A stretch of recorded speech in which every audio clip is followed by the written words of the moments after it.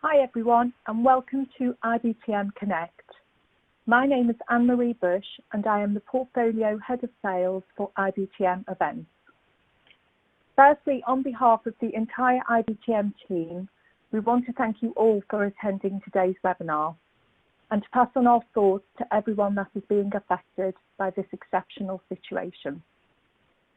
I would also like to record our thanks for the incredible contribution and sacrifices that are being made every day by the army of health professionals, emergency services personnel, and volunteers from across the world. To all of them, we say thank you. Our goal at IBTM is to keep this vital industry connected and inspired during these difficult times, which is why we are here together today. Our speakers today are Dalia Elgazar and Stefania Contivici. Dalia has more than a decade of experience in the meetings and events sector, working on both the professional planning side and as an association collaborator. She is known as the coffee-fueled go-to source for trend-setting solutions, event tech news, and social media expertise. Stefania is founder and CEO of Eventagist and mastermind of the eventprof.education portal. Stefania's expertise ranges particularly on meeting design, hybrid and virtual events, marketing and social media, and all of the innovations and tech tools that can facilitate the life of a meeting professional and effectively engage participants. During the next 45 minutes, Dalia and Stefania will be sharing ideas on how to start thinking about virtual experiences, how to switch your content strategy, your sponsorship, and gain revenue, new audiences, and make it a great experience that is buzzworthy. By way of housekeeping, if you have questions, please do submit them. We would like the opportunity to respond to anything that you're thinking about. There is a button below the link below the presentation, so please just use the question link. Thank you all for being here. Stay safe, and please join me in giving a warm welcome to Dalia Elgazar and Stefania Contivici. Thank you. Hello, everyone. This is Dalia, and I am very, very lucky to be here. It's morning time, excuse me, in Boston. So talk about coffee fueled. I'm on my second cup. So I don't know if you guys are in trouble or if not, because the caffeine hasn't really sunk in yet. Stefania, how many coffee cups have you had this morning? Hi, everyone. I'm Stefania Contivici. Thanks, Dalia, for being here in the morning. It's afternoon here. I'm connected from Italy, and I'm trying to limit my coffee, so it's only the second one. So, yeah, that's...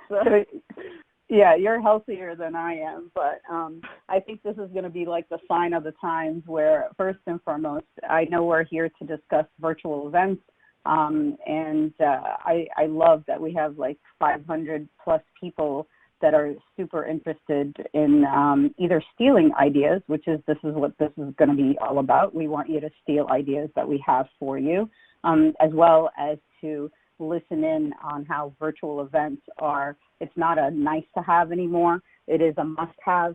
So a couple of realities is going to be when you are doing virtual events is time zones. So that's going to be a thing. So keep that in mind, as well as the coffee, as we used to have, you know, at networking and breaks during our face-to-face, which are going to come roaring back, believe it or not. So let's get started where we want you to first and foremost use the chat, use the questions, ask the questions, and or if you have any specific advice that you need for your own events or your own business, please ask Stefania and myself. The other thing is we would love for you to share any insights, any highlights that you like or not like. One thing is Stefania and I have very curly hair, So it would be really awesome if there's anybody in the audience, since we can't see you and you can't see us, if you have curly hair, take a picture. It doesn't matter if you have makeup on or not, and share it and tag us. So tags are Dalia Eldazar across social media. And be generous with showing us where you are viewing this this webinar as well. And as you can see, Stefania also she's got prettier, curlier hair than I do. But we want this to be personal, and I would love to see everybody's selfies. That's going to be a thing going forward as well. So Stefania is Conti Vecchi on Twitter, and these are all her handles. And then we're gonna slowly get started. But one thing, we do want to create like some sort of icebreaker for you guys on the webinar. And this is another idea to steal. So right now you have like maybe 3 ideas to steal, and we haven't even gotten into the presentation yet. But if you have your cell phone close to you, what we would like you to do is open your LinkedIn app. And once you have done that, and Stefania, this is going to be interesting. So I wonder, this is going to be a competition between you and me on how many connections we can get right here, right now. Yes. Right? Yeah. Yeah. So I like it. This is the fun part. So open your LinkedIn app, and then on the very top where it says search, what you're going to see is a little QR code icon. And on the QR code icon, you're going to come to a screen where it says LinkedIn code. One side of the screen says scan. You might need to enable your camera, so please do that. And so one side says scan, one side says my code. So if you didn't know already, everybody has a code for their personal profile. What I would love for you to do right now is go into scan mode and hold it up against your screen and individually scan my QR code as well as Stefania's code. So one and the other, and this way we can auto-magically connect on LinkedIn. So I'm going to do that one more time so that people, I'm getting, Stefania, are you watching this? Are you getting connections already? I have 20 plus. It says 20 plus. I have 20 plus too. These guys are on fire. Oh my God. So let's do this. So go back to your LinkedIn app, and on the top search bar, the QR codes. And what you want to do is in scan mode, you want to scan one and then the other code for Stefania. I think, Stefania, you're going to get more connections than I do. But so this is an idea that you will need to. These are some of the ideas that you're going to steal from us and then embed in your virtual events experience. So a couple of notes that I wanted to just come out and say. First and foremost, we will not use the word pivot because I think it's overused. And we will not talk about the C or the virus or the pandemic. What we want to talk about with you and is about virtual events as an experience, as having it be part of your event portfolio, part of your organization strategy, and helping you understand how you can make this a long-term strategy and a long-term plan, if you will, for your different event participants, different stakeholders. And it's all about like ideas that you would want to have as part of your marketing and your digital footprint, which is also your branding.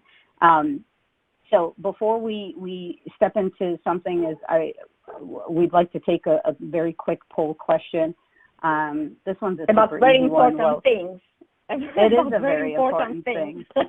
So what is your favorite snack when working from home or attending webinars? Sweet, salty, repeat. I'm number 3. Stefania, which one are you? I'm, the third one, sweet, salty, repeat, and then maybe I can find something else, whatever in my fridge. So exactly. But I try to limit the coffee, you know. But I think I repeat number 3 quite a bit, I have to say. So, and then the next poll question, which is very important, is how many Zoom calls do you do a week? Not many. If you don't do many, you are lucky. And then you can't recall anymore. And Stefania, which one are you? Are you 2 or are you number 1? And I'm a kind of a 2 because I'm leaving, you know.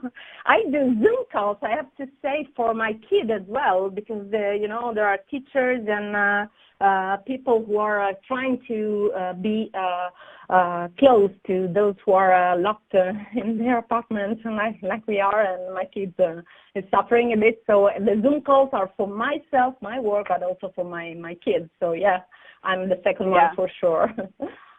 And I think one of the things, which is, you know, insights from how we are dealing right now, and you have to think of your event participants as what they're going through, is first and foremost, you know, how familiar or how quickly they had to be familiar with a platform such as Zoom, what's going on around them, meaning like what their personal space is like or their personal responsibilities are. And the reason why I want you to think of those type of behaviors is really, it's almost like this is how you're going to design your virtual events.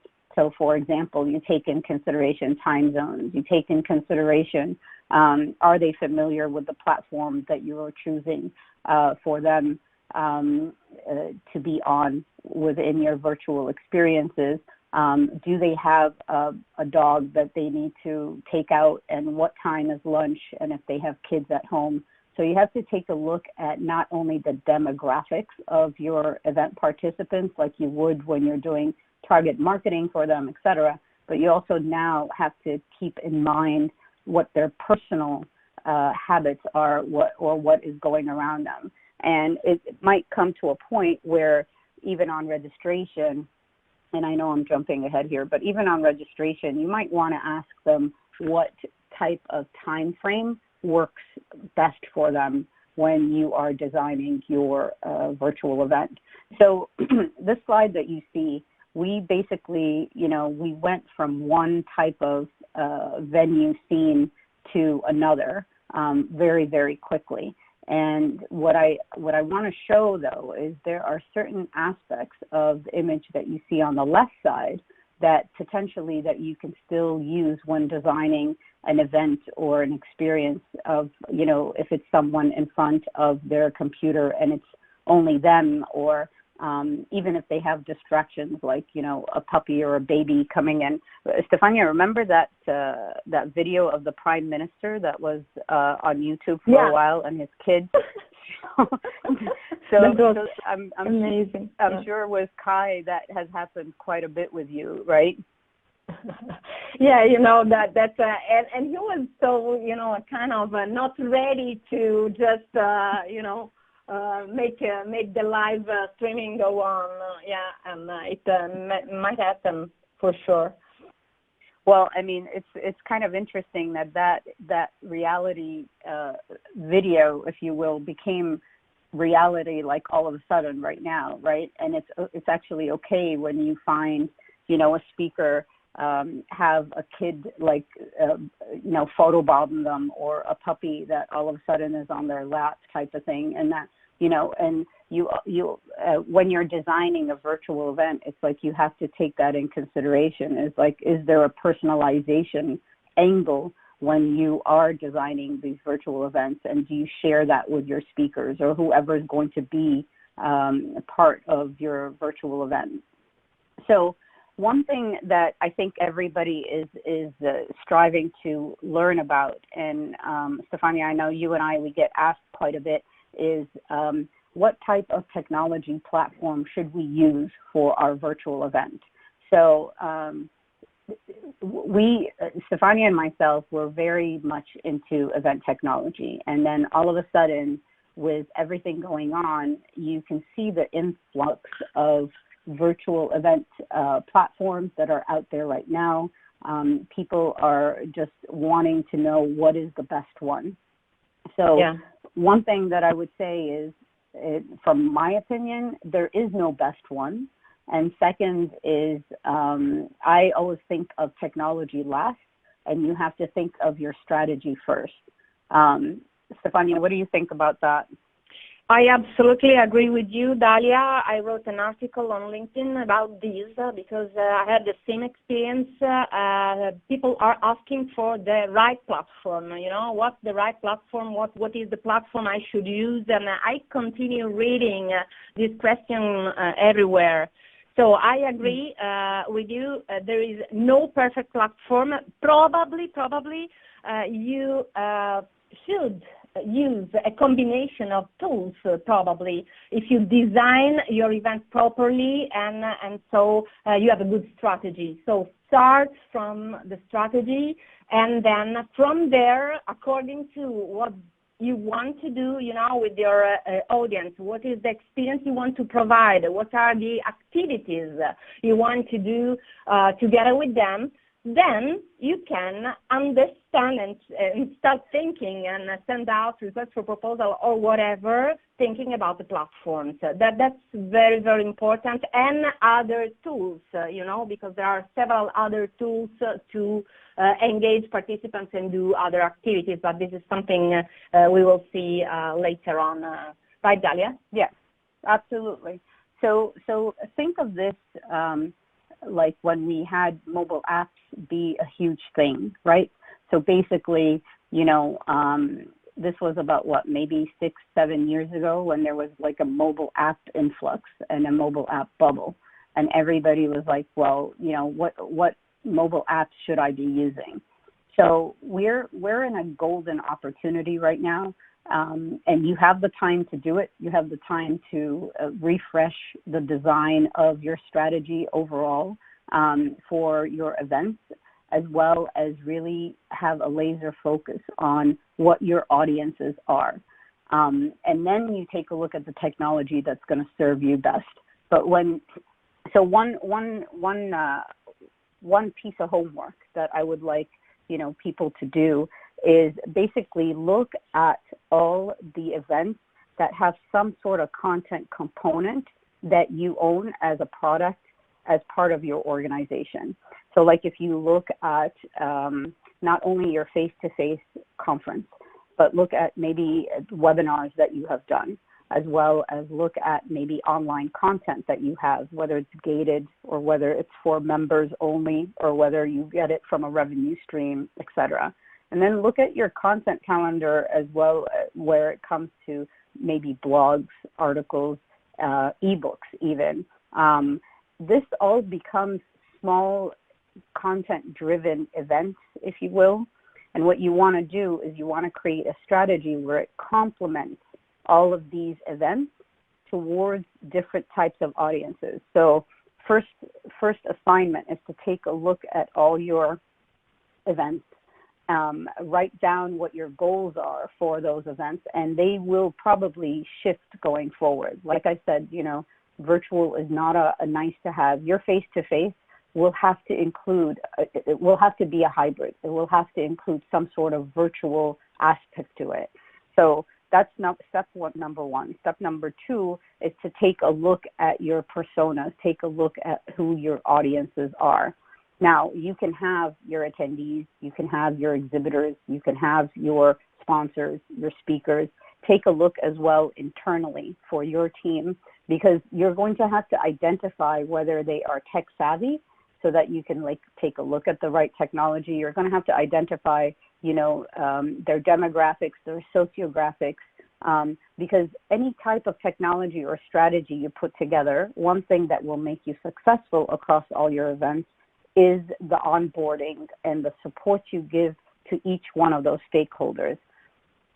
I'll give you an example. If Stefania and we were speaking at your conference, and by the way, we even though we're event technology geeks, and we talk about content strategy, we talk about marketing, we talk about event design, we actually, Stefania and I are also speakers at different shows when it comes to digital marketing, when it comes to how to use LinkedIn, when it comes to branding, even when it comes to technology. So right now, think of us as almost like empowerment coaches, if you will, for your own audiences. We're not only, pretty relevant to the events industry. We do this for different types of events where we are offering content for different audiences to empower them with what their businesses should be like, how, getting them to be tech savvy, social media savvy, et cetera. And this is another golden opportunity where you can create content that they would have as a value add. You can also turn that into a sponsorship opportunity as a value add in the digital or virtual world. So strategy first, technology last, because what you're going to also find out is that the technology piece of it is not necessarily within one platform. So Stefania, when we talk about technology solutions, what have you seen as the trend? Is it like one platform that serves everything, or is it like multiple platforms together? Yeah, thanks. That's a great question, Dalia. What I see is, people are looking for something that is easy to use, and it works, without any issue. So they are not even considering of mixing things or having multiple solutions working together. But what I see now in the industry is that there are some quite new solutions that are creating a kind of virtual environment where you can use your own, let's call it platform, like, whatever is the, platform you selected, and then you can have your virtual conference room in it. And then you can have also other solutions like booths, like other stuff that can chat, or other stuff that can be very useful while organizing events. So they're asking for a single platform. And again, I'm always, I'm checking what's going on in the market, but what I suggest is to have a, broader view of what they need to do their events at their digital events at their Perfect. best. And yeah. So I agree with you in regards to the technology solutions that are out there, and I do applaud them in coming to coming with solutions to the challenges that all our event organizers are using. I think what is going to be amazing is the innovative ways of using some of these platforms together to deliver a great experience. Now, here's the thing. I think, and I don't know if we can do by show of hands or like even in the chat, just say where you're at. But basically, we've come across event organizers that had to cancel their face-to-face, and I think there's a poll in here, or had to shift their dates or go completely virtual. And depending on where you're at, you give yourself time to figure out what you want the experience to be first, and then ask the technology companies to help you strategize with it. You do not have to do this alone. So you have amazing event designers and advisors, and we can help you with that. If you want to reach out to us, we can point you in the right direction on who can help you design the experience, not only vet out technology. But I think the most important thing that everybody should be asking themselves is what aspects of the face-to-face that I was holding needs to be part of the virtual event. I will go out and say very bluntly, do not try to replicate your entire annual conference to make it virtual. If you have like a program that's 3 days of 8 to 5 programming and an exhibit hall of 800 or 1,200 booths, try very hard, because it's going to fail, to replicate that exact face-to-face annual conference, and trying to shift that into a digital or a virtual event is not going to work for you. And so, like, if you think of your event in buckets, and so this is part of your assignment and your homework, is think of it as part of the content that you're delivering. Because when you think of the content pieces, this could be the sessions, it could be accreditation, it could be, roundtable discussions. And you also think of the stakeholders behind it. So that's part of what you want to design on the virtual side. Then the next one is the connection side. And, with the connections, you want to see who are you trying to match make together, and what is the reason for it? Is it like business deals? Is it like-minded people that they can have discussions together, etc.? And then the monetization. And I see actually in the chat one person's asking, okay, how do you figure out the reg for virtual? And we'll get into that. But like the monetization aspect of your virtual event, this is something that you would want to fit in with your design plan, if you will. Stefania, am I missing anything from these three before we dive into them? No. Perfect. I think, yeah. Thanks. So when we talk about content, this is where we used to have a great program, and on the face-to-face, you have a speaker or you have a panel discussion, and then you with proper marketing, proper promotion, it's how many butts and seats, as we call it, that you would have in different sessions, right? And so now you need to make sure that your content is delivered in a way that will keep someone in front of their laptop and engaged. So right now, I would love for people either in the chat or on social media to share a picture, or maybe you have a fur baby, as we call them, a puppy or a kitty cat that's also watching Stefania and myself. If you can take a picture and tell us the name of the puppy, that would be awesome if you can share that with us. Stefania, tell us a little bit about the content when delivering content virtually. I thought that. I know you don't have any puppies. About the puppy, yeah, I have a cat. I have two cats. So I want the cat. Hello. About the cat. So about the content, yeah, I would add here, Dalia, something. It's very important what you said. So the content should be, created and adapted for remote participants, and we do the same for hybrid events. So it's more or less the same. We are trying to make them live the same experience and have the same, how can I say, the same experience. Let's repeat it. The others are having live, or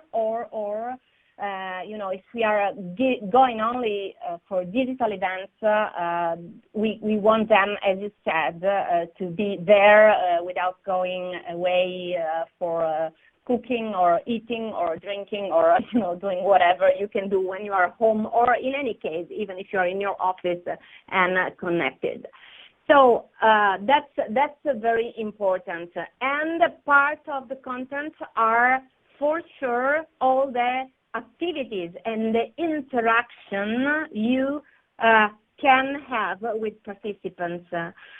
So I have to say, Dalia, you are doing great, because this platform is not exactly the perfect one to have an interaction with the audience, and we have a kind of 750 people connected. So it would be great to know where you are from and what's your job and several other stuff, and asking you to do something and to share it, also the LinkedIn stuff, that's the way to be connected. And you are asking people to do something. So part of your content is also, this one, and you should think about how to engage people and what to do with them according to the topic and, the objective of your event, for sure. Absolutely. And so, well, thank you for saying that, and plus I do agree with you. This is where, if you are thinking about your content strategy within your plan, this is also where you are able then to, if we're talking technology solutions, go back to the tech solutions of choice, for example, and say, are you able to show video? Are you able to show gallery view?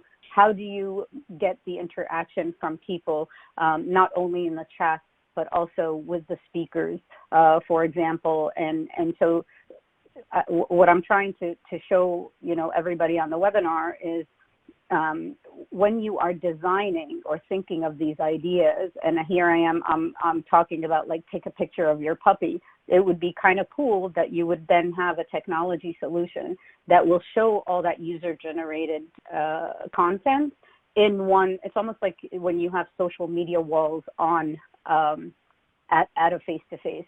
So all these ideas that we're giving you to steal, and I say that Stefania and I are here to give you ideas to steal. And so this will also shape what kind of technology solutions that you're going to have.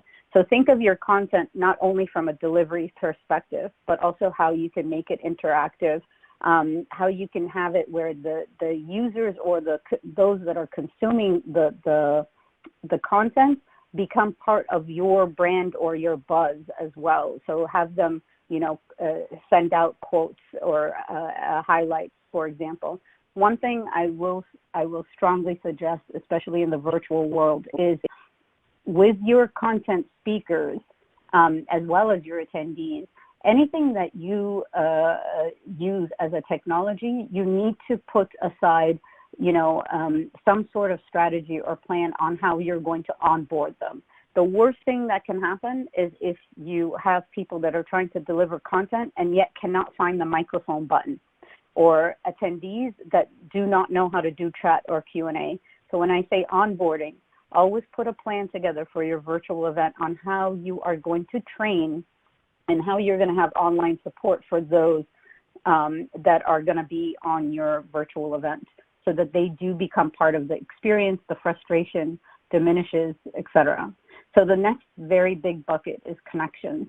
And this is one thing that, we all miss within the face-to-face, and how do you not replicate it, but how do you make it so that you do have connections within a virtual event experience? One thing is, it would be cool if, like in breakout sessions, your technology or what you'll be able to do is do gallery view. So, for example, on a Zoom or a Samba Live is another technology solution that does that right now as well. But when you have gallery view, it's not only about seeing everybody's faces, if they have their makeup on, or, if they've showered and not, type of thing, which seems to be where everybody is right now. But it's also, why are you connecting people to each other? Is it because, and this is where you need to get to be laser focused as well. The connections have to have a bigger purpose and a bigger meaning in a virtual world. And this can start with your registration. So if your registration for your show has always been, okay, company, name, title, make it a little bit more in-depth, meaning what are you looking for the show? What kind of content are you looking for? Is there any specific products? And if you're already doing that, that's perfect, because what you want to do a better job at is you want to match make not only the people, so it's like buyer to supplier, for example, if you have big trade shows, but you also want to match make the content and the speakers, for example, for a specific person. So by show of hands or in the chat room, how many people are binging Netflix right now like nobody's business? And especially Tiger King. And I know I say this quite a bit, but think of this where if a Netflix served you Tiger King, and if you haven't seen Tiger King, you got to see it, because it's just crazy and it makes everybody think that their life is amazing compared to that story. But the other part of it is this is where a Netflix example comes into life, because it serves you up the content or other series that that you can relate to or that you would want to watch. So you have to think of this on a virtual side. You want to make it as easy as possible for people to say, I need to connect to Stefania for a certain reason. She knows event design, she knows event technology, and I am in need of that. I need to connect to Dalia because she's crazy, she's got curly hair, I have no idea, but I just want to connect with her. So this is where all the connections also can turn fun, where you have virtual coffee breaks, where you have, this is where the creativity comes in. Stefania, have you seen any really cool examples lately with connections or something fun that's been done with like networking and breakout sessions on the virtual side? Yes, there are several solutions now to allow people to meet, also, you know, without choosing who you will meet. So it's a kind of roulette. You meet one person, you know, in a room or in a digital environment. So this is something Open is doing. Also, I saw several other options about creating round tables like Theo, and that now is available also for the desktop and not only an app. So there are several solutions. It's not an easy task to connect people based on their interest, and you know, it is not an easy task. Also, you know, you can create a Slack channel if you want, you know, right, for your event, and then you can select people and create, let's say, rooms or for connecting people. You know, there is also a solution there to connect people based on interest or a random, you know, selection. So there are several options. For sure, it is not an easy task. Even if you ask them, you know, about their interest and things like that, it's a great way, as you said, to help you to create content, help you to connect with them, help you to help them. But again, for the matchmaking, I don't have the right solution in my mind. I would have to look for a solution for it. I don't know if you have something. Yeah, I mean, when it comes to solutions, you do have ones like, you know, Grit is one, Umbrella is another, but the whole aspect is first try to strategize or design why you want these connections to happen, and then seek the solution that works for it, so that it becomes meaningful time spent at the computer, and you're making it easier for people to get to know each other. So this is going to make us jump into monetization, which I know a lot of people are challenged right now, where, you know, most of your revenue is coming from your annual, for example, or your face-to-face meetings, and now you all of a sudden need to figure out how do you monetize it. And then the questions are going to come rolling in, I believe, in regards to, okay, how do you calculate a registration fee for a virtual event versus a face-to-face? Do you do it for free? Do you charge money? What about the sponsorship dollars that you have committed to your conference? How do you make them be efficient or like spent in a good way, like in a virtual world, etc.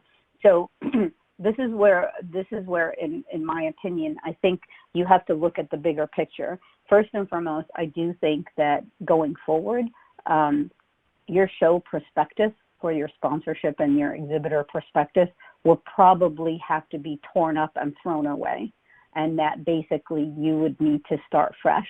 The other thing is the registration fees and all of that is going to be something that you have to build in your plan. Now, don't think of your event as, if you're not going to think of your event, your virtual event, replacing your face-to-face, then you have a creative moment here where you can strategize revenue streams as well as new revenue streams across your event calendar. So if you think of the strategy that we did like in the beginning of this webinar, where you're plotting out all the events and all of your content calendar all in one.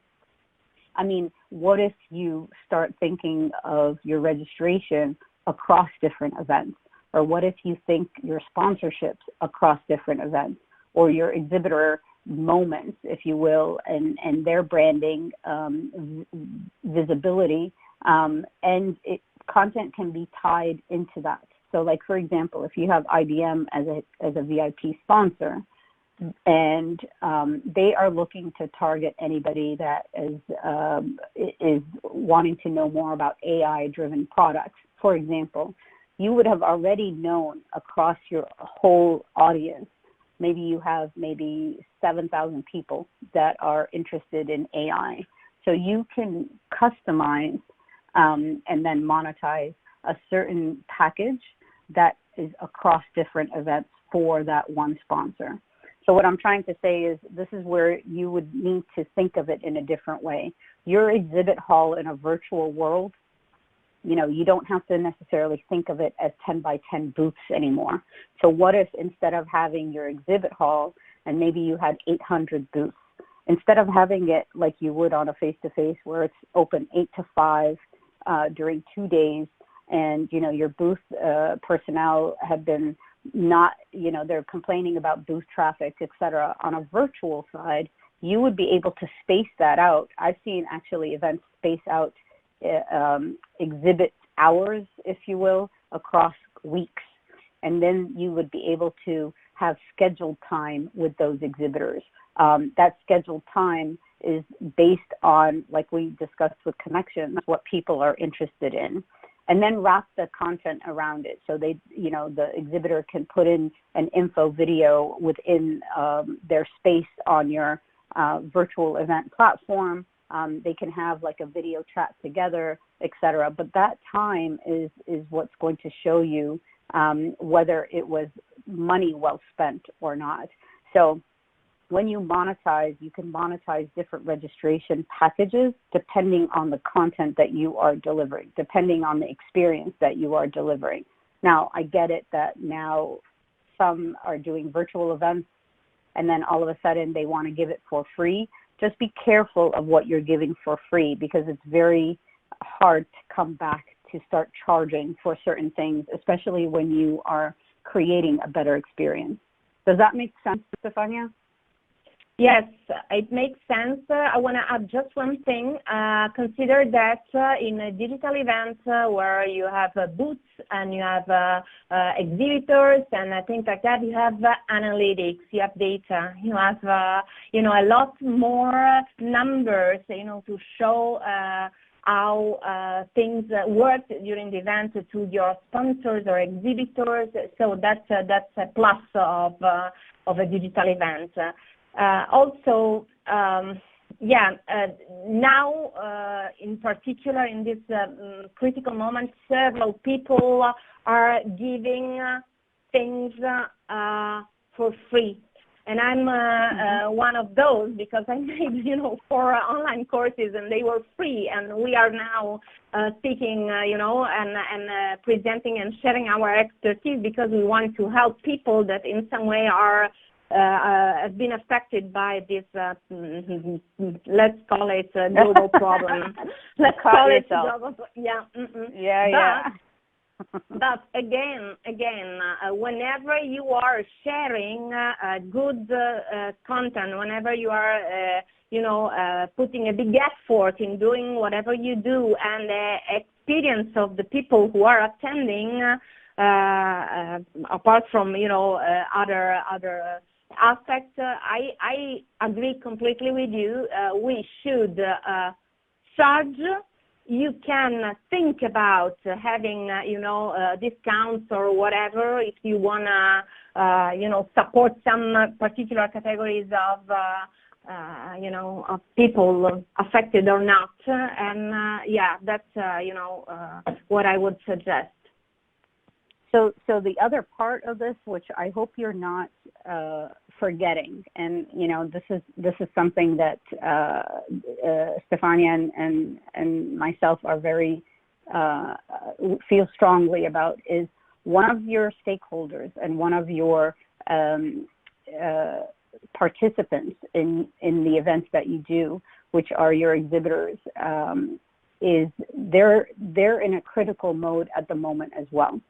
This is a perfect time in a virtual world where you are able to design content and design an experience for them. So everybody right now is trying to figure out their business, their branding, even the technology that they need to do in order to bring their business up to par of where I'll say it just once though, the new normal will be. You want to make them stronger within the industry. And as a value add and for brand loyalty, you as an event organizer or even as a venue, you would be doing them a huge favor, and they will probably pay for it if you are empowering them with almost like certain sessions of how they can do business better. Even if it's as simple as, this is how you can use social media, or this is how you can do proper messaging, or this is even how you can do better social selling, or this is how you can use LinkedIn. So you think of that as a monetization aspect or revenue aspect as well, where you have the luxury now to do something very specific to your exhibitors only. All right, so we're going to take a little mini break here. How many, and this is a poll question, how many events have been impacted for you this year? So this should be real quick.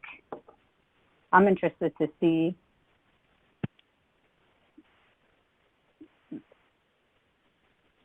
what this is going to bring. I'm not sure if I could see it here. Oh. So 50% say 1 to 10. Yeah, perfect. And let me see. And 45% of you like sweet snacks, so maybe there's something there. All right. And what are your plans with your 2020 events? Are you planning to postpone to a later date? Are you planning to cancel? Are you going to move it straightly to virtual? Now, here's, while everybody's taking this poll, here's the beauty of this. And I feel bad for those that have to cancel, but like imagine this is a global pause and everybody's in it together. So everybody should be understanding of everybody else's business. There's a lot of partners that you bring into play in order to do a successful event. Some of you are thinking of postponing it. Please be realistic, because this is a global pause. When you do postponing, that you do it in a way where it's not like postponing until July or August. Like, be very realistic of what your postponing would be. And what I've seen is people have been postponing it to 2021. Although I do think that, maybe end of year is going to be something where your event will not be as big on site or face-to-face, but you should also be planning for a hybrid event, even if you're doing it face-to-face. And then then the results came in saying moving it to a virtual event. The beauty of the virtual event is you do not have to stick to your original dates. So that's one. So give yourself enough lead time to create and design and look for the proper even advisor or consultant to help you do it. Because doing a virtual event is a production. And when you produce, you have to think of it as you would a face-to-face. So this is not about getting a Zoom license and thinking that everything can work on it. You do need a production. You do need a producer, an event designer. There's a huge set of skill sets that is needed when putting virtual events together that don't necessarily live within your team. If you have it within your team, perfect. If you don't, Don't try to attempt to do it on your own, but learn from someone who can come in and help you design it. So that's one aspect. Now, the other thing is, if your face-to-face has always been like a 2.5-day program and 2 days of exhibit hall, you can take the luxury because of spacing it out. We've seen great event designs where it's even across different weeks. Don't try to put 4 concurrents at the same time. Try to do it where it's spaced out. And this has to do with the planning part of it, where you are tapping into your audience, your event participants, and seeing what their new habits are. Right now, with the whole working from home and being indoors has changed everybody's work habits. You do not have the luxury anymore to have them be focused and be face-to-face and in your event only and not multitasking. So you can take an event and spread your program, and you then think of the way you're going to monetize it or package the registration fee is across different weeks, and having maybe 2 concurrents instead of 4, having maybe a certain fee related to the connections that you are going to be putting together, or even your exhibit hall, maybe taking your 800 and doing 50 every week and prolonging that because you know that you're going to bring them value. And this is part of the planning. The planning part, in my opinion, is more important than not only the technology part of it. Because if you go and you say, I'm going to go and pick out Zoom, for example, to use for my events, you automatically design within a box, and your box is Zoom. And therefore, you cannot do a glorified Zoom conference or webinar and charge money for it as you would on a face-to-face. Stefania, do you have anything to add to that? I agree with you. It's really into what you are offering and how to reach. Yes. Reach the content in the right way and strategically do a new plan. And I completely agree with you. Yes, absolutely. Perfect. So just to sum this up, is first and foremost, do your planning, do your strategizing, do your event design. If you need to tap into someone outside of your team, someone you want to bounce ideas off of, you have to think of it as a production. And so do that. You've got 2 curly-haired crazy girls here. One's Italian, one's Egyptian. And I got to tell you, we're a lot of fun to work with. So that's my shameless plug right here. But we're also about ideation. And I think with the virtual side of it, because it is, you don't want it just to be two-way. And I'm kind of happy because I don't know about you, Stefania, but I got pictures from people with curly hair. So there you go. And I was not checking, to be honest. Please share them with me. I've been checking my LinkedIn and I've been checking social media, and I actually have pictures that of curly-haired people and also of kitty cats and puppies. So there you go. So yeah. So you have to think of it from a planning perspective. Your content is very important as well, and it has to be engaging. And I want you, Stefania, to help people figure out this filter. Everybody on here needs to take advantage of. So can you walk them through it? Absolutely. That's one way I found to engage people. I was, teaching for a master, and let's say the objective of this is to make people feel part of a community. Then I found we are all, I don't know if you have fun using filters and also, backgrounds. And I have another tool after this I want to mention. And so the idea was to create a filter to help them to feel part of something. So I found Spark AR, And this is the official software to create filters, 3D filters, if you're able to do it, from Facebook. So you can use it for Facebook and you can use it for Instagram. What is cool, it is not easy, to be honest. I have to understand how to use it, and I spent a little bit of time, trying to figure out how to do things. But after that, I was able to create a filter for the audience. I made a new one for the audience of my courses. And here you see I added a breath mask.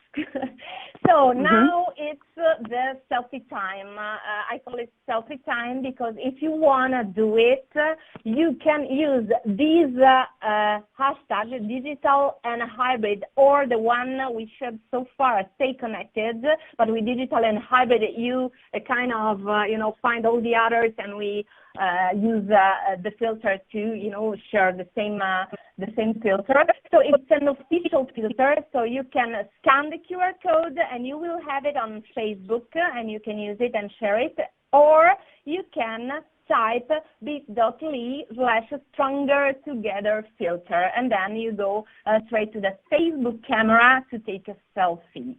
So this is something we really enjoyed. It was funny, you need to find the right position of the head, to have the mask covering nose and mouth. But that was, my best solution to do something, to feel. I think it's great fun. So, like, just to make it easy for everybody, if you have your phone out and if you hit your camera will automatically read the QR code that you see on here. So you hold your camera up just to the QR code that's on the screen, and then what you would be able to do is you will see a little notification on the top of your phone screen that says open in Facebook, and just click on that, and it will automatically open it to this filter page, and then give it a minute for the filter to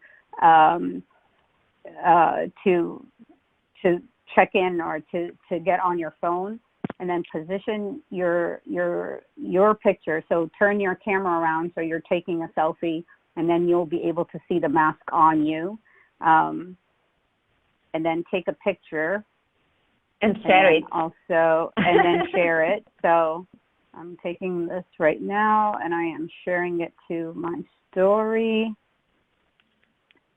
and done. So this is something that you can also steal and do if you need details of how to make this happen for your event. Reach out to Stefania. Yes. Stefania, your at is what? Your at is at Contivecchi, right? Yes. Cool. It's at Contivecchi, awesome. Yeah. Awesome. Let's see. Should we get to some of the questions? I hope this was beneficial for a lot of people. I can't believe we have 850 people on this webinar. So, and they haven't even seen us, Stefania. Can you imagine if they had seen us? Yes. Yeah. Which again, that's part of the delivery. So let's see if we can grab some of these questions. So one of the questions is, I would really like to find an alternative to Zoom as I'm not impressed anymore. I think so that's a loaded question. But Stefania, what would you say to answer that one? I say there are a lot of alternatives to Zoom, depending on what you need to do, Probably, it's not impressive, but it works. They fixed if they had any issue, during this hard time for anyone. They had a kind of a very large number of people connecting. So there is GoToMeeting, or GoToWebinar, depending on what you need to do. Again, right. And also, if you have Zoom, you can use it and create a kind of alternative environment on a website or on another platform, and use Zoom as the video conference tool. So there are several options if you want to change or move to something else. I think putting the strategy together is first and foremost, and then taking a look at your possibilities. One question here is, what do you suggest as a next step once we have all these questions answered, and then to make choices? I do honestly think that the technology companies, to their defense, they cannot do RFPs anymore, so don't ask them to do a 60-page RFP. What I would do is I would share with them what your strategies are, what your wish list will be, and what you would want them to do. The more information and the more you know what you want to do, the better a response you're going to get from the technology companies.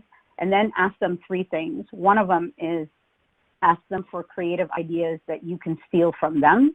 Ask them who their partners and collaborators are when it comes to maybe matchmaking, scheduling, etc., who they work really well with. And third, ask them to give you 3 examples of monetization within virtual events. And this is where you are tapping into them not only as a tech provider, but also as a strategic partner as well. And I think this is all the time we have for the questions, but what I'm thinking with Hannah and the IBTM team, and thank you IBTM team for having us be on this webinar, is we can put some of these answers of the unanswered questions into a blog post for everybody, and your recording will be available. So hope this helps. We still want to see pictures of you with curly hair or with your puppies or all of that good stuff, or with your mask on. And till later, I guess. Stefania, thank you for jumping on this with me. I appreciate it. Thank you for inviting me here and having this nice conversation with you. Thank you. And we are all set.